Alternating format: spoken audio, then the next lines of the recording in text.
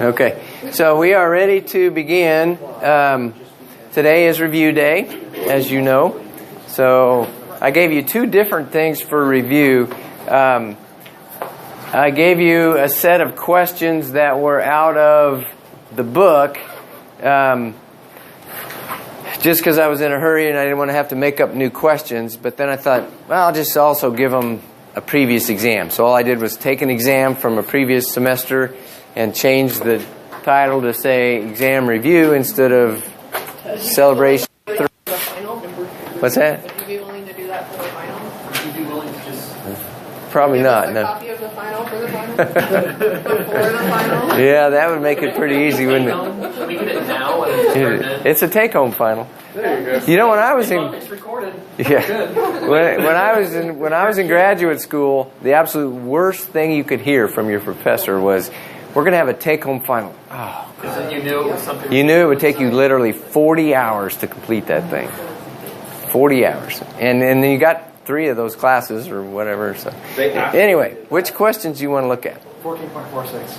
Yes. Well, you're all over that right off the bat. 14.46. So let me see if I can scroll this thing. Because that's what I asked for. Okay, so up here it says the following 4 exercises use the CS data set. We've done some stuff with that one. That's the one that had the GPA and the high school math and all that. And we're predicting here high GPA. So they've turned the GPA into a dichotomous or a binary variable, right? So your yes, no are high GPA. And so then 1446 says, is there an effective gender? In this exercise, blah, blah, blah. Use gender to predict high GPA using a logistic regression. Summarize the results. So the intent, and I think I had you do this on one of the homework sets, but the intent was you would then load the data into SAS, run your logistic regression, and all that. So I put down here abbreviated SAS output to do that for you. So then you answer the questions by looking at that SAS output. And that's what you can expect on your test, right? So let me scroll it to a little more convenient spot. I have to remember what I'm reading. Use gender to predict high GPA, summarize the results. So now we go down to the output, and I've got 1446A, abbreviated SAS output, and then B, abbreviated. So A only has sex as the only variable in the model, right? So summarize, and I think that's all it said, right? Summarize the conclusions. So, is sex a significant predictor of whether or not you have a high GPA? No. And you're looking at the p-value, right? So you look at the p-value, you get 0.8328, so not a significant predictor. If you look at the odds ratio, what does the 1.063 mean?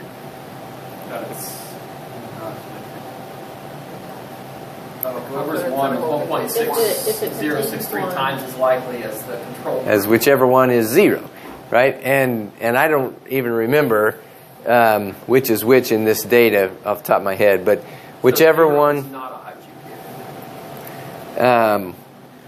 No, never mind. Sorry, I don't know what to say. Yeah. So this is just the ratio of the odds of the two genders. And I don't remember which is male and which is female to know which is on the top and which is on the bottom. But either way, it's pretty close to 1. So it's 1.06. But then look at the confidence interval. It contains the number 1.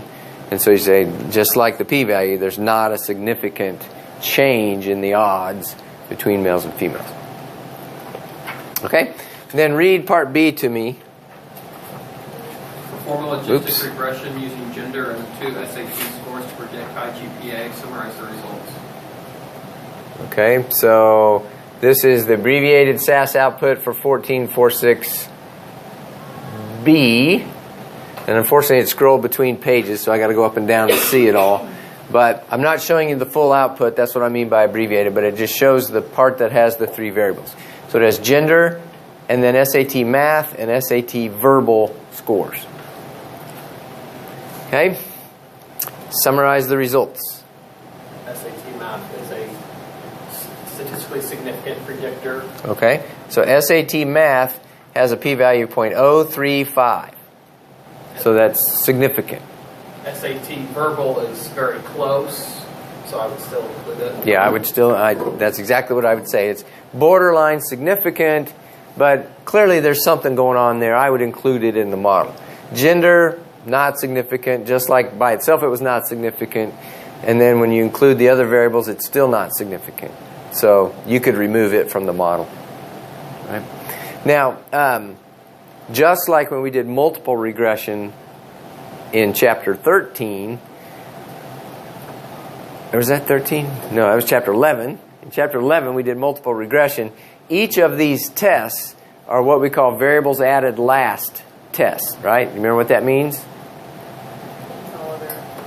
That means SAT verbal is 0.05. That's after explaining any variability you can with sex and with SAT math.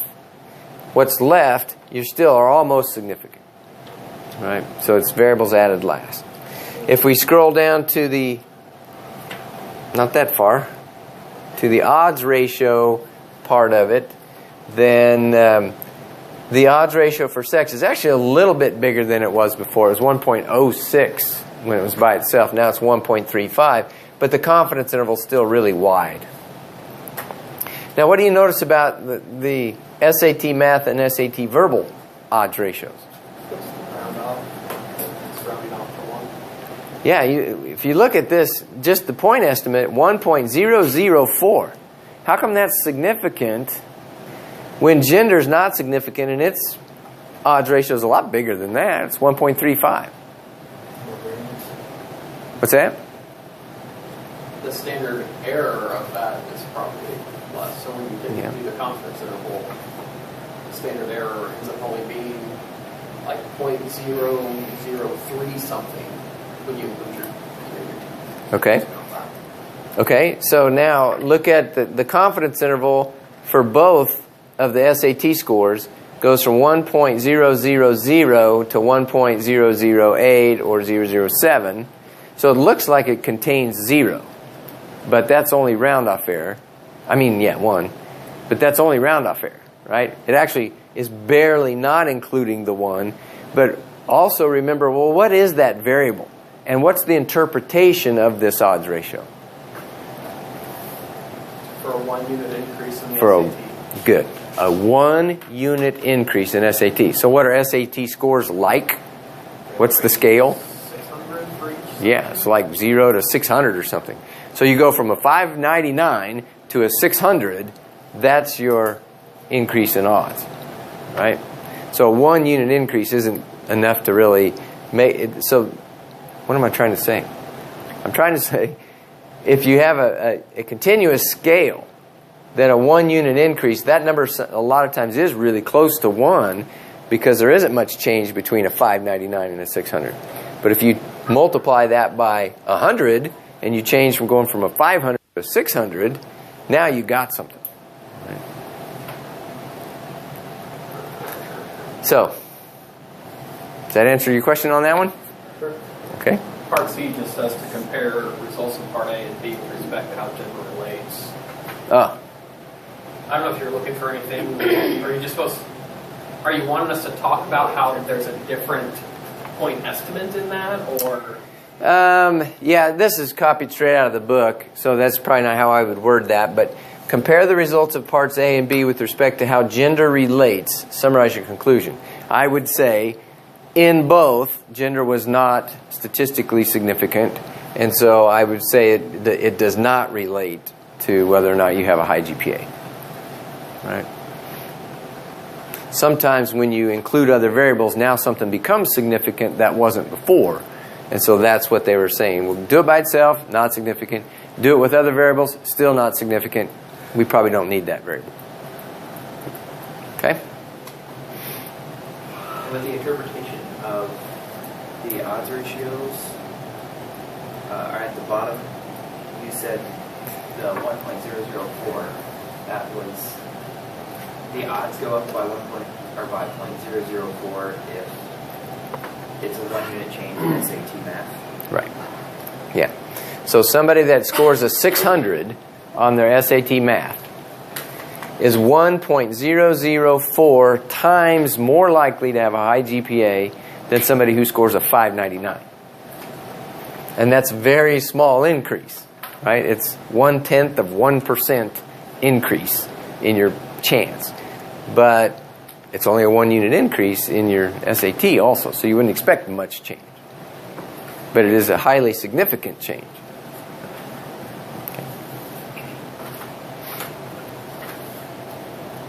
Okay? Next question. 15.44. 15.44. All right. So you guys are letting Brent ask all the questions. Is that... Right out of my mouth. There's at least 3 seconds.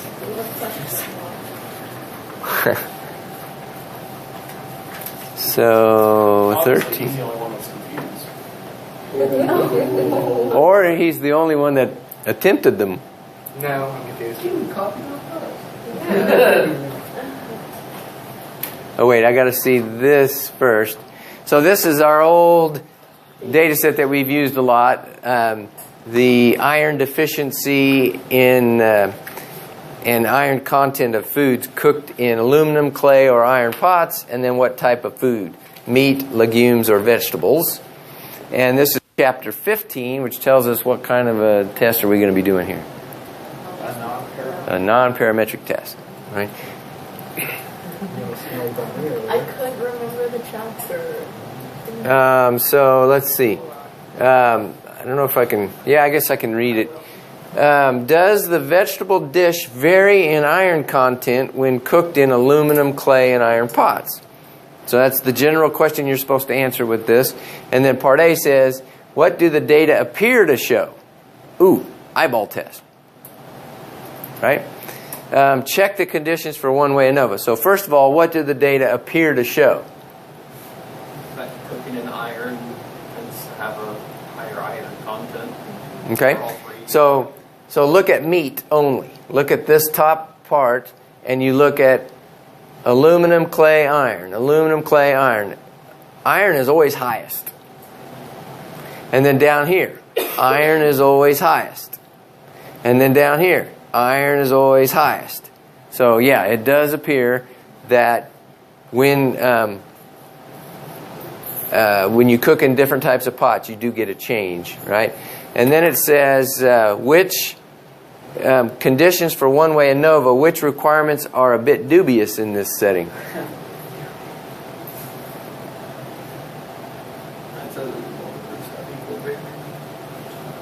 Well, it says data normally distributed. I'm guessing what that is wanting. So. There's two things that could be an issue, right? What did you say? Okay, if the sample is not greater than 30, then you can't trust the central limit theorem. So you have to have equal variances and normal distribution.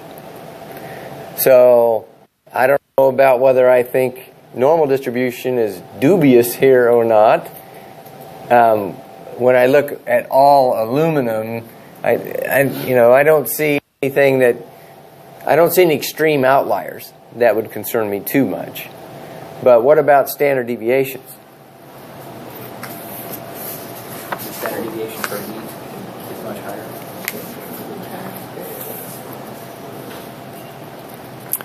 higher.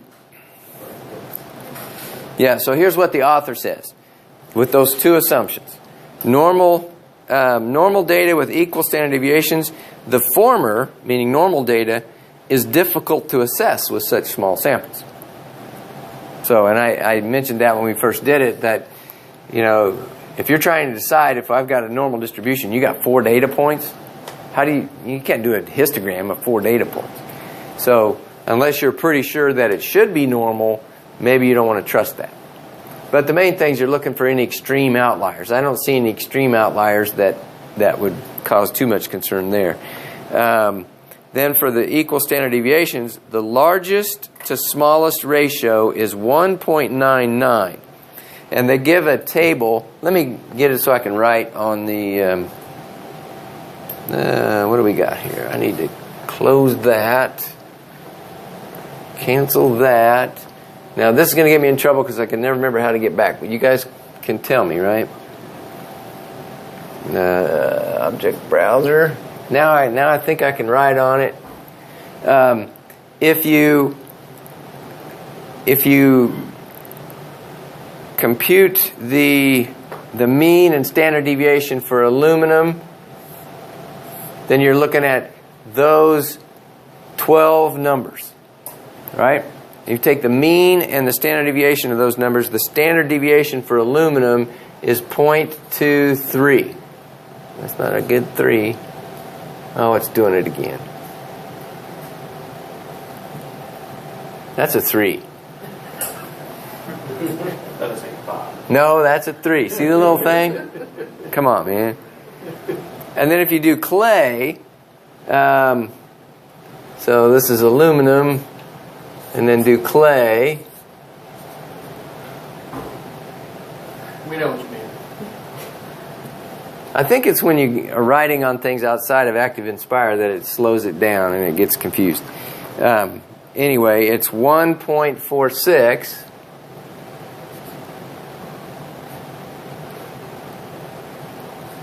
Does that look like a 4?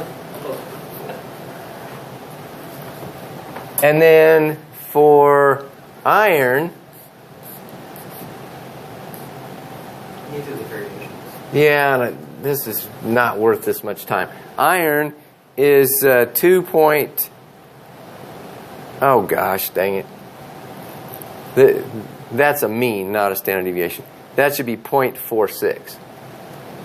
So it's a coincidence that it's 1.46 for the mean and 0.46. But there you go, 0.46. And then this one is 0.24.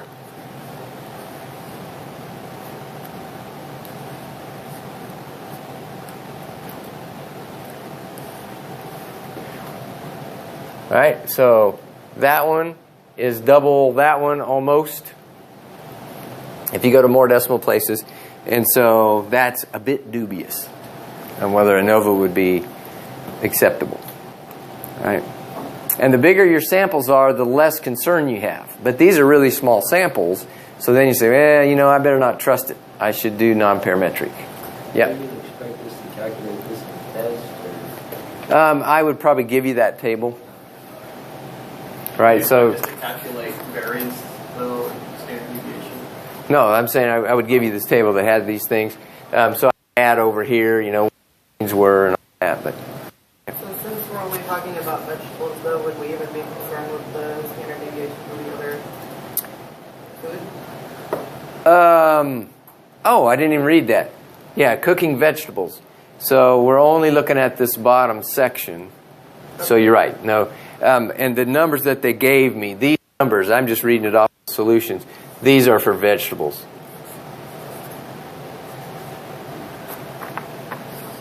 Vegetables. Yeah. Got it?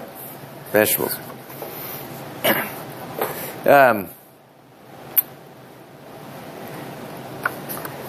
So then, Part B says, instead of ANOVA, do a rank test. What rank test would you do?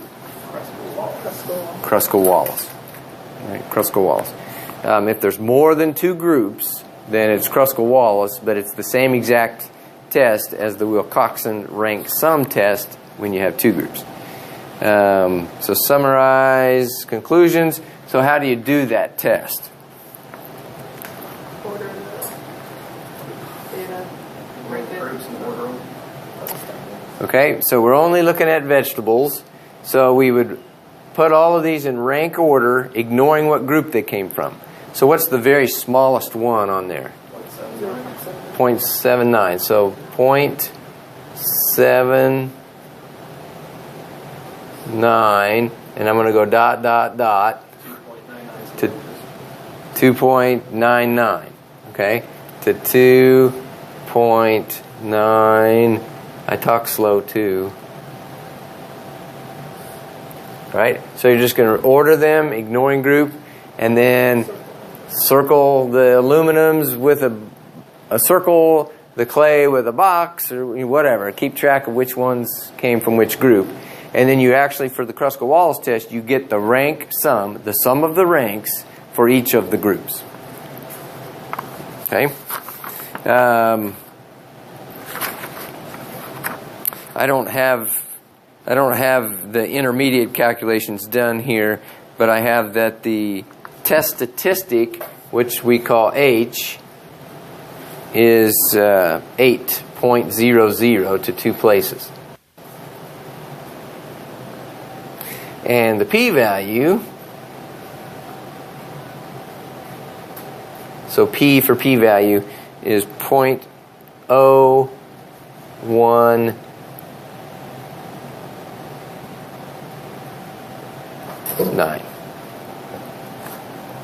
Okay? So did anybody get that same value? 0.018. Okay. And were you doing it by hand or were you doing it in SAS? No, I calculated my H by hand, and I used my PI-84 to... Okay, good. So you got 8.00 for H? I just got 8. Okay. So 8. I put the 00, that's what's on my output here. It can have decimals, but oftentimes it's going to be either a whole number or a 0.5 on it. But if you have tied ranks in there, like if you get, 3 things tied or whatever, then that's where you could get some decimals in that. Okay? Then how do you get the p-value? Chi-squared. Chi-square, and what's the degrees of freedom? I minus 1. I minus 1, which is? Meat, veggies, and Right. Capital I is 3, because there's 3 groups. So I minus 1 is 2. So you're going to have chi-square. That's a square. With degree of freedom equal 2. Question, are we supposed to do the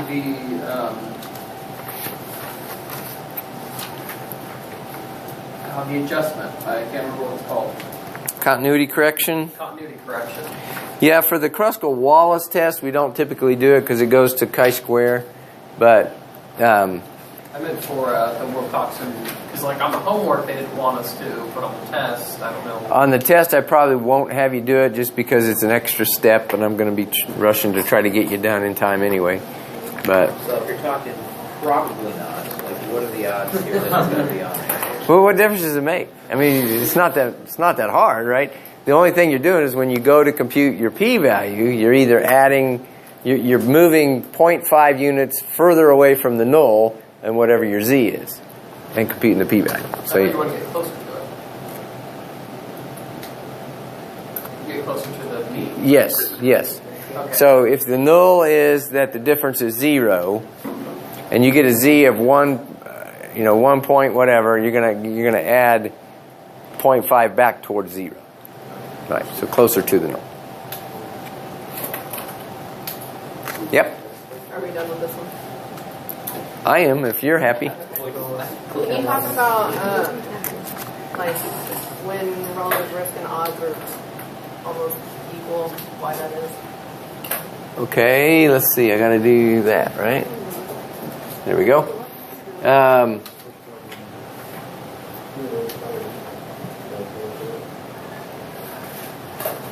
Okay, so relative risk. Oh man, I'm doing it. That's not what I want there. Let's go. I want page browser. How do I do that?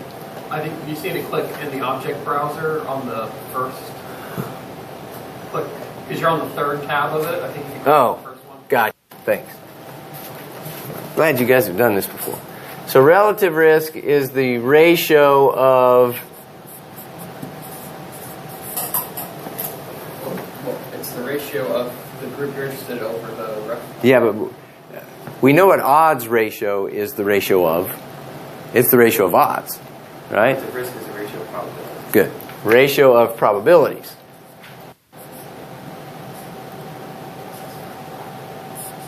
I think the machine is just having some trouble there. So ratio of probabilities, odds ratio is odds. So there are times when they're similar, they're close together. They'll never be dramatically different, but let's say we had probability of 0.01 in one group, right? So I'll say probability in females is 0.01. Probability of having a disease or something, right? And then in males, it's 0.02. So the relative risk of the disease is 2, right? This probability is twice as big as that probability. So what's the odds for female?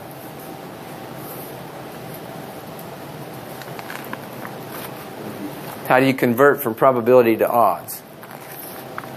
Probability over 1 minus probability. Okay, so 0.01 over 1 minus that would be 0.99.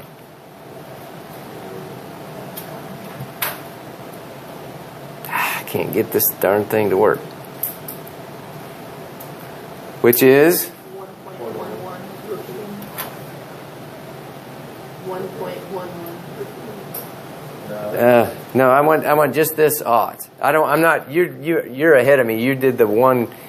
You did the odds ratio all the way probably, but I just want what's odds for females. 0.10, 10, 10, 10, 10, 10. No, it's not. It's 0.0101010101. Okay, thank you. It's got to be really close to 0.01 because I'm almost dividing by 1, right? I missed the 0. Well, that's a big 0 to miss. What are you talking about? You're off by a factor of 10. Well, it's within an order of magnitude. No, it's not within an order of magnitude. That's Actually, it's not. so 0, 1, 0, 1 repeating. So when your the point I'm trying to make is when your probabilities get close to 0 or close to 1, then the odds and the probabilities are very similar. So the ratio of odds to the ratio of probabilities will be close. When you get out near 0.5, now they start to be further apart. Right? So particularly for things that are fairly rare that you're studying, whether you do relative risk or odds ratios, it's not going to make a whole lot of difference. So when you ask for a relative risk or odds ratio, how do we know which variable goes on in the numerator versus the denominator? That's a great question. What he asked was, how do you know if they just say, what's the odds ratio? How do you know which one? If it's not explicitly defined, pick one, but then explain which one you picked. Right? So you'll see on SAS output, they'll have a line in the output for sex.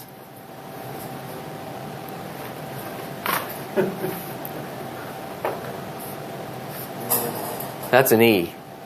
Right? And then it'll say males versus females. It actually writes that on the output. And it's telling you males are on top, females are on bottom. Right? If it reversed it and said females versus males, then you know. So they just tell you which way they did it. But it's always by convention, whatever's considered your reference group or your control group goes on the bottom. Okay, so in 14.37, the added instructions you gave for E, find the odds ratio. So you're saying that over 40 needs to be on the bottom. Right. It says find the odds ratio. He asked about 14.37 and then part E that I asked extra. Find the odds ratio for over 40 compared to under 40. So that's telling me over 40 on top, under 40 on bottom. Because it's written in that direction, compared to. Right. But on a test, if you had it reversed and flipped over the other way, I'd probably give you full credit. But especially if you said, I did it this way because I wasn't sure. Yeah? Could we do that 95% On 1437? Yeah. Sure. Do I have... oh, I don't need it. I started to say, do I have SAS output? But let me just hit page down. So this is 1437.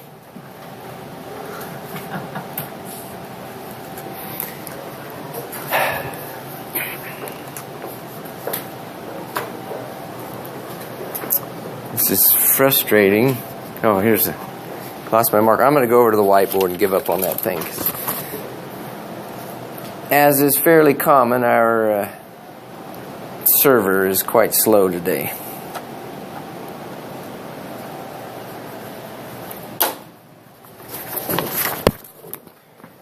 So 1437, it's what, a part F that I added? Yes. And it wants a confidence interval. So it tells us that the estimate up there in the reading, in this case, blah, blah, blah.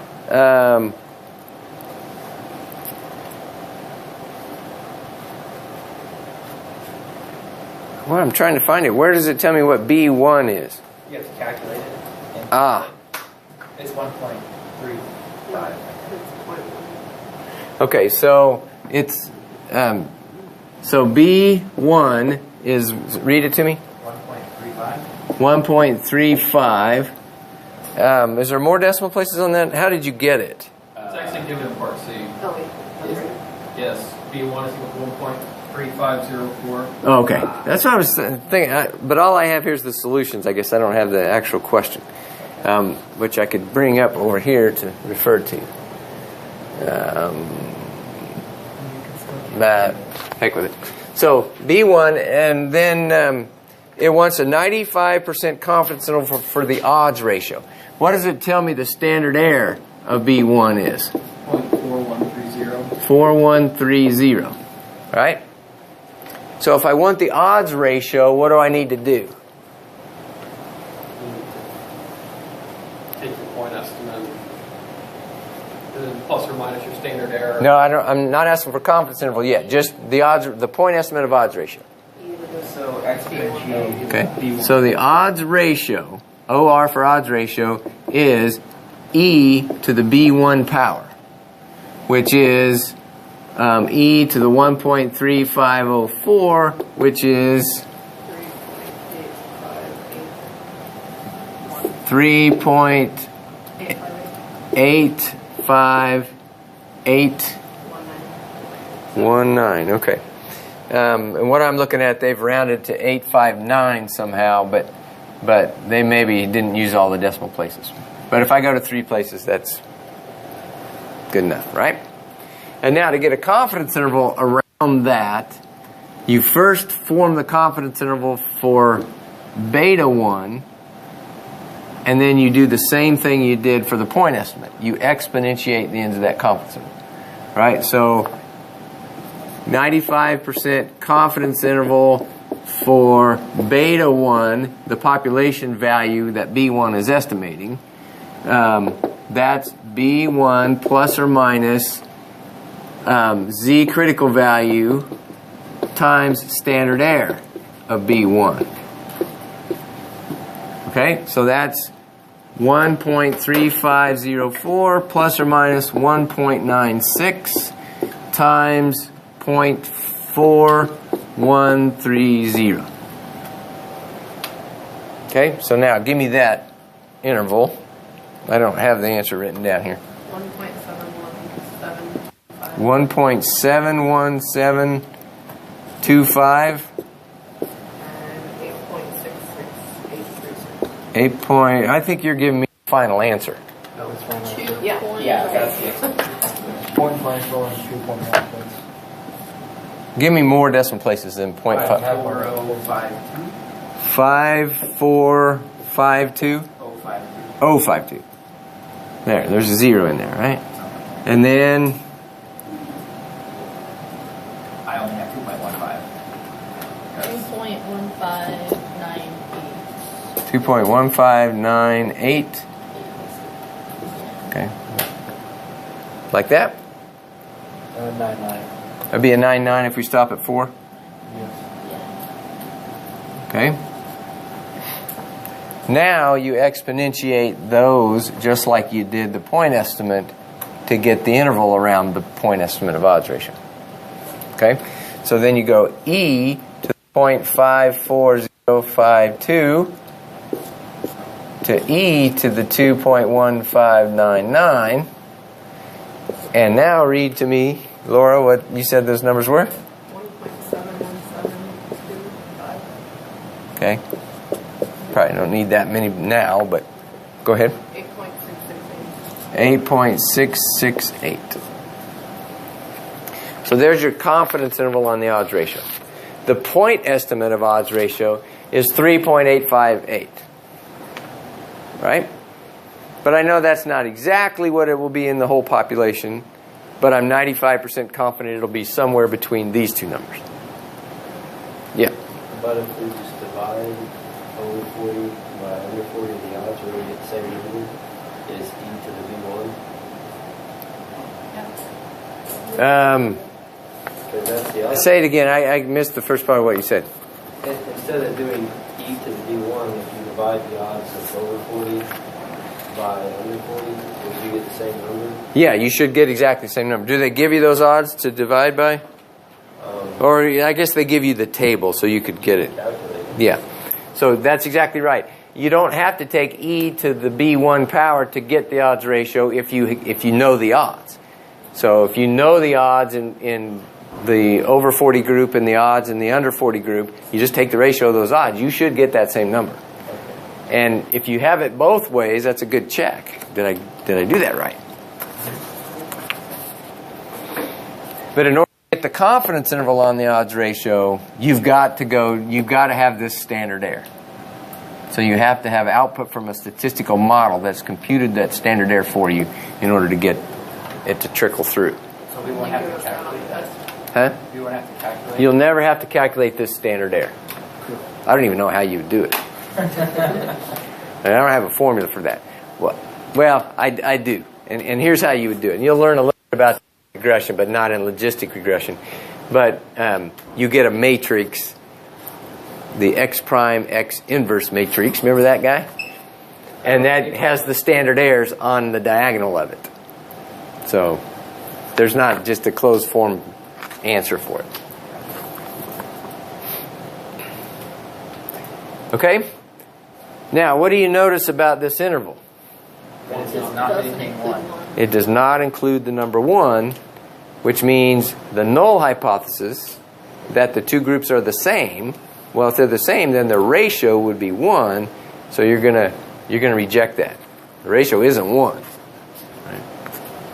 So our point estimate is that you're 3.858 times more likely to get terminated, right? Is that what we're doing here? To get terminated if you're in the older group. But it might be as low as only 1.7 times as likely. It might be as high as 8.5 times more likely. Right? That's a big difference. Yeah, and it's a wide confidence interval. Now, one thing to point out here, I don't know, maybe I shouldn't even muddy the waters for you, but usually you're used to in statistics that the confidence interval is symmetric around your point estimate. That's not the case here. If you take your calculator and say, give me the average of these two numbers so that you find the midpoint, it won't be that number. Why not? Because E is not a linear. It's not a linear function. You had a symmetric interval here. This interval is symmetric around B1, but when you exponentiate, it's not a linear function. And so this end shoots out further. So this is closer to this end than it is to that end. Right? So that confuses people a lot, especially non-statisticians. Wait a minute, you gave me a confidence interval, it's not symmetric. It's not centered at my point estimate. It's because it's on a ratio scale. So. Okay, next question.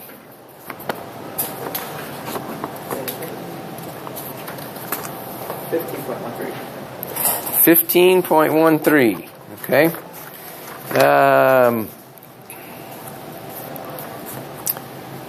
So I'm going backwards on this, right?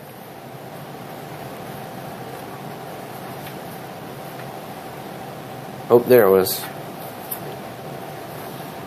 Okay, so use the data in exercise 1511, which I put up there, for children telling story 2 to carry out by hand the steps of a Wilcoxon rank sum test. Arrange the 10 observations in order and assign the ranks. There are no ties. It just told us that. And then find the rank sum for the 5 high progress readers.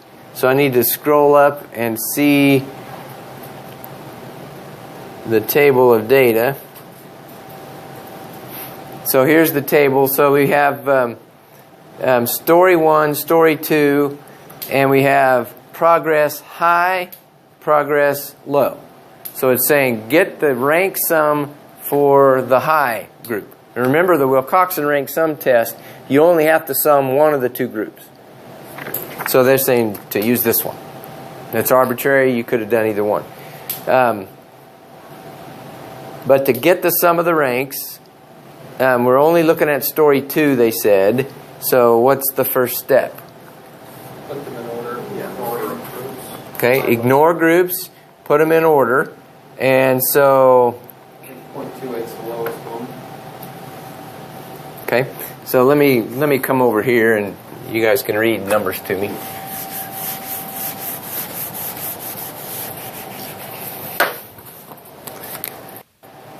So I won't write all. How many numbers do I have total? 10? 10. Yes. So I won't write them all down. But what's the very smallest number? 0.28. 0.28. Biggest one's 0.89. Let's go. Give me one more and 0.38. 0.38. Dot dot up to 0.82. Then 0.82 and then 0.89. Right? So all 10 numbers in rank order. Then you go through and you circle the ones that came from the high progress group. So the 0.8, which isn't shown, but the 0.82 came from that group. 0.89. And the 0.89 also came from that group. Right? And there's no ties. So this will be rank 1, rank 2, dot, dot, dot, rank 9, rank 10.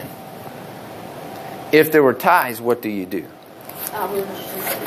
You average, you give it the average of the ranks they would have got if they hadn't been tied. Right? So then you sum up all of the ones that were circled. Neither of these lower 2 were circled, right? Nope. So sum the ranks from high group, and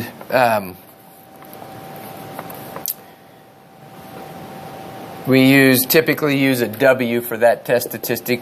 Doesn't really matter, but what do you get when you sum those up? 38. Okay. And actually, I have it written here. I didn't notice, but it's the sum of 8 plus 9 plus 4 plus 7 plus 10. So those were the ranks of the 5 observations, right? So here you're seeing the 9 and the 10. That's these 2, but we had an 8, a 4, and a 7 also, right? Sum them up, you get 38. So now what do you do to do the test? You have to find the sum of the whole thing. Okay. You know, What? to the end. We need the right. We need the mean of the W's, or the expected value of the W, if the null is true. Right. So this is assuming the null is true. And if the null is true, then it should be the rank of the sum should be half of the total sum. So that's the N1 times N1 plus N2, which is capital N, divide by, I'm sorry, there should be a plus 1 on that. Plus 1. The book just does capital N plus 1. little n1, and then capital N plus 1. But capital N is the sum of the two groups. So we got 5 plus 5 plus 1. So this will be an 11. Should it just be capital then? It should be capital N, but it should be 10 times 11 divided by 2. No. No,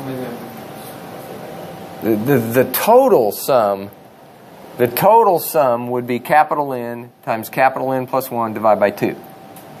And then you want half of that, right? Oh, okay. But if you had unequal group sizes, right? If you have unequal group sizes, that won't quite work because you need to account for one group being smaller than the other. So you use N plus 1. Okay, and I'm So divided by 4, so that's why yeah, it should be 5 times 11 over 2. 10 times 11. And if you had 10, then you're making the assumption that the groups are equal sizes, which is fine in this problem. But if they were 6 and 4 to get the 10, then that wouldn't have quite worked. Okay, so 5 times 11 is 55. Divided by 2 is 27.5. Okay, I'm going to come back up here, erase this. So we have the observed value, we have the expected value, we need to divide by the standard error, right? And so how do we compute that? Square root of N1 times N2. Okay, square root of N1 times N2 Times capital N plus 1 capital N plus 1 divided by 12. divided by 12. All right, which is square root of 5 times 5 times 11 over 12. And that gives you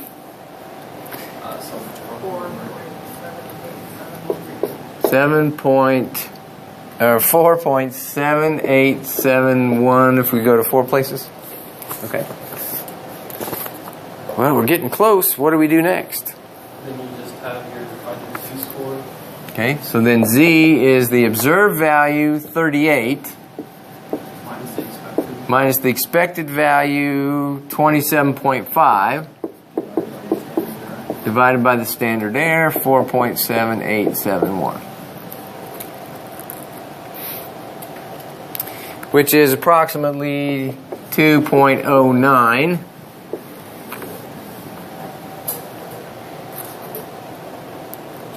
Uh, 2.19, right? Which is going to be outside. Yeah. And the 2.19 is without continuity correction. How would you do a continuity correction here? Minus 0.5 from 38. Okay, you start with your 38, your observed value, and you make it a half a unit closer to the null. The null is 27.5, so you need to go to 37.5 minus this. So you end up, instead of 2.19, you get 2.09, right? So 2.09 with continuity correction. And that's the only difference. Then to get the p-value is the same thing. So the p-value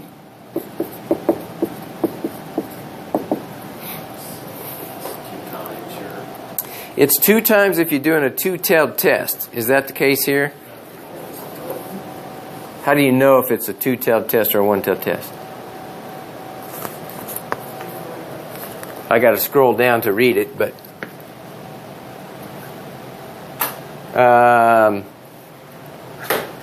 It says calculated one-sided. oh, does it say one-sided somewhere? C. Yeah, there it is. With continuity correction to obtain a one-sided p-value.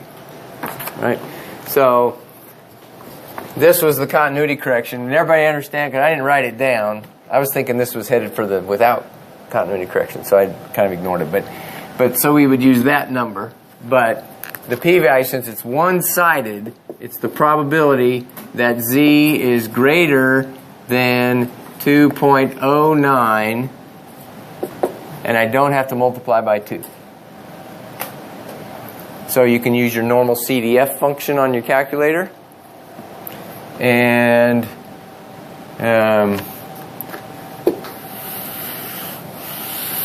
You lost the camera. oh, it's fishing over there against the wall.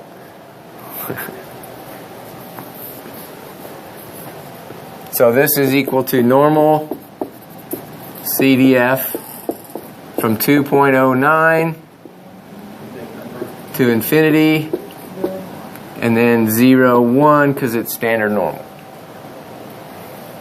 So that p-value is 0.0183. So what's your conclusion? Reject the null and decide that there is a difference between the high progress group and the low progress group. Yes? So what is that 0, 1 after that for? This is the mean and standard deviation of the normal distribution that's being used. And since z is a standard normal, then it's 0, 1. Do you get the same thing if you don't put that in? Yep. On these calculators, if you close the parenthesis right there, it defaults to 0, 1. It's Sean on the bottom side. Yeah. So it makes me nervous to teach people to just, because then when you do one that's not standard normal, they're in the habit of closing the parentheses and they get something completely wrong. But And then it's your fault. yeah. Wonderful. Okay, I guess we're out of time. So good luck studying. We'll see you Wednesday. Let me know by email if you have any other questions, and we'll try to get you answered. Oh, yes, I will post the key to this. It's already ready, so I can get them. I can post them as soon as somebody reminds me. And the exam, post the exam for you.